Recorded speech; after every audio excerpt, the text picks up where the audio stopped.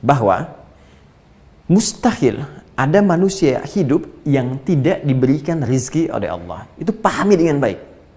Ya, pemahaman terhadap konsep ini, konsep takdir, di antara makna takdir, di antara turunan-turunan takdir yang Allah tetapkan kepada kita adalah memberikan rizki yang cukup kepada kita bersamaan dengan batas usia.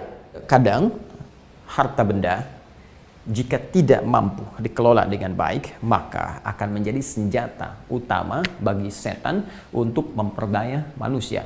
Sehingga dengan itu seringkali saya ingatkan dalam setiap episode perihal harta ini, bahkan belum sempat ia dapatkan cara mencarinya, ada yang menjadikan seseorang bisa menjauh dari Allah. Seperti pernah saya sampaikan, ada orang mendapati proyek yang harus misal ditandatangan bersamaan dengan waktu sholat, dan ibadah sholat ini begitu spesifik dan sangat penting. Ya, saya ambil contoh, ya misalnya besok sholat Jumat, kan, sering saya utarakan ada proyek nilainya besar bersamaan dengan sholat Jumat. Proyeknya saja belum didapatkan, hasilnya saja belum diraih, bahkan dalam prosesnya sudah menjauhkan seseorang dari konektivitasnya dengan Allah. Online-nya terputus, sholatnya bisa ditinggalkan, sehingga nanti turun penegasan langsung dari Allah dengan turunnya surah Al-Jumu'ah, surah ke-62 itu, khususnya di ayat yang ke-11 seperti pernah saya uraikan. Pun demikian, sholat-sholat harian yang kita tunaikan 5 waktu itu, dari subuh, zuhur, asar, maghrib, isya, bahkan bisa terganggu dengan aktivitas pencarian harta. Belum sempat harta didapat, bahkan seseorang bisa menjauh dari Allah. Seperti ada orang yang mungkin boleh jadi, mohon maaf, bisa menunda atau bahkan meninggalkan sholat zuhurnya karena aktivitas pencarian harta tertentu, atau sholat-sholat yang lainnya. Karena itulah teman-teman sekalian, penting bagi kita untuk mengetahui jalan-jalan setan yang memanfaatkan harta untuk menggoda kita, bukan sekedar untuk menjauh, tapi menutup diri dari hubungan kita dengan Allah Subhanahu wa Ta'ala. Nah, di pertemuan yang lalu kita telah sampai ya pada cara untuk menghentikan godaan setan sekaligus menutup ruang-ruangnya yang mungkin dimanfaatkan untuk menggoda kita semua perihal harta. Dan kita telah sepakat bahwa persoalan utamanya adalah tentang pengetahuan kita bagaimana cara mengelola harta. Yang dikhawatirkan di umat ini bukan persoalan kaya, karena kaya itu biasa. Jangankan orang beriman, yang belum beriman pun bisa kaya. Jadi kaya itu biasa. Yang patut dikhawatirkan ketidakmampuan dalam mengelola harta kekayaan itu. Sehingga dengan ketidakmampuan ini seseorang bahkan bisa mengorbankan kehidupan abadinya di akhirat dan tak mampu membawa bekal saat kembali kepada Allah Subhanahu wa Ta'ala. Dan yang paling celaka bukan hanya tak mampu membawa bekal, tapi saat dia berhadapan dengan Sang Pencipta, saat yang bersamaan dia telah menjadi sekutu setan dan musuh Allah yang sangat nyata. Waliyadu billah. Baik, di pertemuan yang lalu kita telah belajar tentang konsep harta. Teman-teman sekalian, ini mohon sekali kita bersama-sama, saya mengajak pada diri pribadi saya dan kita semua untuk menguatkan kembali ya pemahaman kita akan konsep ini, bahwa satu, ya seluruh manusia, hamba-hamba Allah yang hidup di muka bumi itu sudah mendapatkan jaminan, dijamin oleh Allah Subhanahu wa Ta'ala ya sepanjang hidupnya, ya dijamin sepanjang hidupnya untuk mendapati rizkinya, ya harta yang sesuai dengan kebutuhan hidupnya dalam pengertian cukup. Ya, ini sudah saya turunkan, silahkan teman-teman review kajian-kajian kita yang lalu dari sejak pernyataan Allah di Quran surah ke-51 Adz-Dzariyat, itu masih ingat ayat ke-22 ya, wa fis samai rizqukum wa ma tu'adun, dan di langit telah ditetapkan rizkimu ya, dan dijanjikan segalanya akan diberikan ya, dan segala hal yang dijanjikan akan diturunkan, diberikan, dicukupkan, bahkan dibimbing bagaimana cara mendapati dan mengeluarkan sesuai dengan petunjuk Allah. Sehingga di Quran surah ke-87 masih ingat Al-A'la itu di ayat yang ketiga, walladzi qaddara fahada, dan dialah Allah yang telah menetapkan ya segala hal yang diperlukan oleh manusia dalam kehidupan, kemudian memberi petunjuk bagaimana menggunakan hal yang ditetapkan itu sehingga mengandung maslahat dalam hidupnya.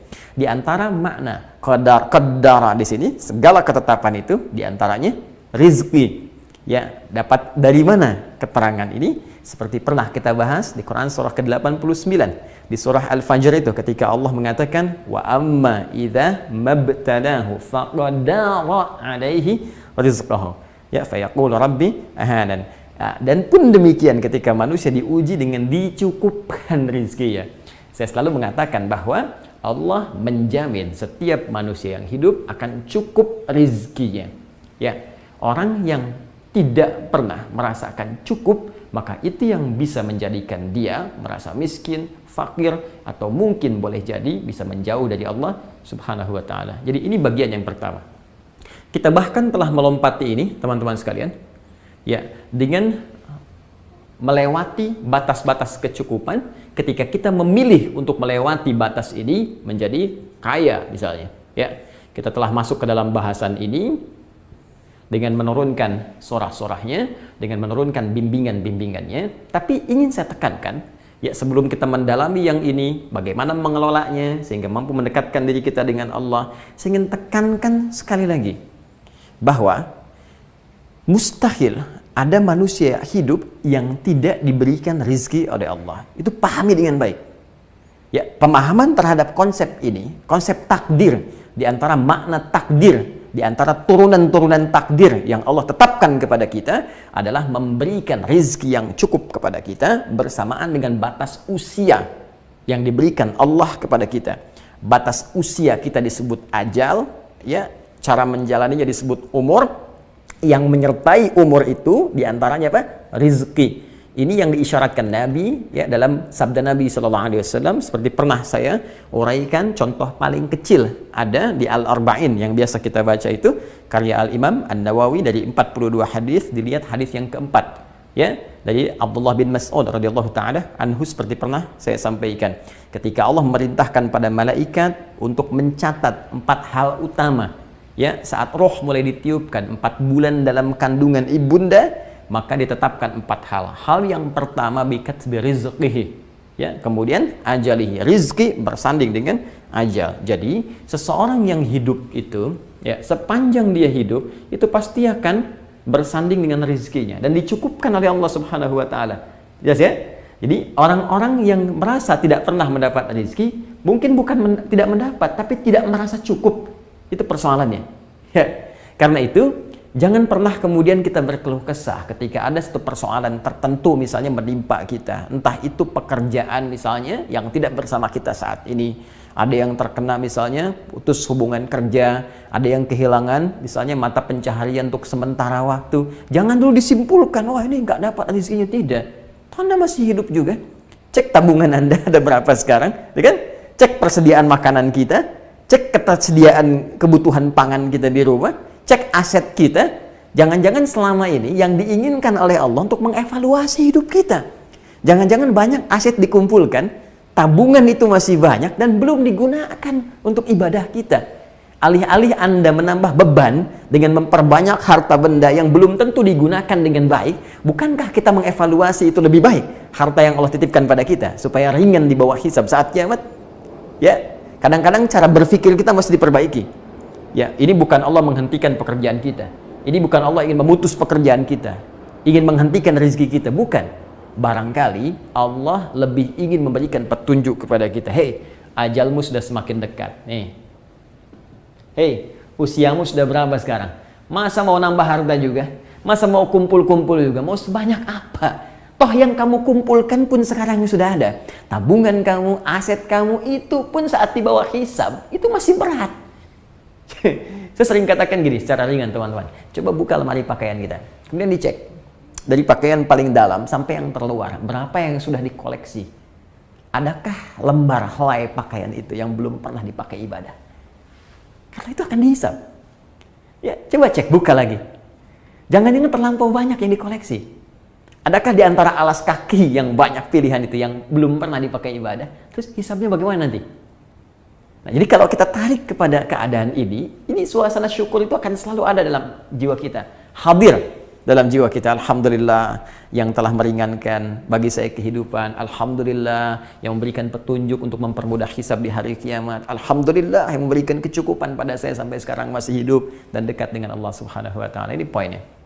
Ya, jadi kadang-kadang ada seseorang yang boleh jadi saking disayang oleh Allah, bukan dilarang untuk kaya, bukan nggak bisa kaya, bukan nggak bisa sukses, tapi boleh jadi dijaga keadaannya dalam kondisi itu supaya tetap dekat dengan Allah dalam kondisi ibadah yang baik. Yang bila melampaui batas-batas itu, boleh jadi ada kondisi-kondisi tertentu yang akan memalingkan kedekatan dia dengan Allah Subhanahu wa Ta'ala. Ya, jadi ini ya poinnya. Nah, setelah itu, baik cukup ataupun kita akan naik level ke sini, itu diikat dengan ayat-ayat yang telah kita kaji di pertemuan lalu. Masih ingat teman-teman? Quran surah kedua Al-Baqarah ayat 168 ya. Walaupun dijamin hartanya cukup diberikan oleh Allah rizkinya, tetap mesti diikhtiarkan dengan aktivitas usaha, pekerjaan. Ini sudah saya terangkan, jadi tidak perlu saya dalami lagi supaya tidak mengambil waktu kita yang lebih banyak ya. Jadi walaupun ya Allah jamin cukup, ada, hidup, ya jangan sampai tunggu anak ke rumah sakit baru rezekinya datang gitu. Udah kelasnya kelas yang rendah misalnya, sulit dan sebagainya, tunggu kemudian gratis, tunggu datang orang nengok, tunggu segala. Jangan menunggu seperti itu. Tetap kita harus ikhtiar. Ya, seperti pernah diuraikan pertemuan sebelumnya. Silahkan cari kerja, dalami dengan baik, sesuai dengan kemampuan kita, sampai kita mendapatkan janji Allah seperti yang telah difirmankan.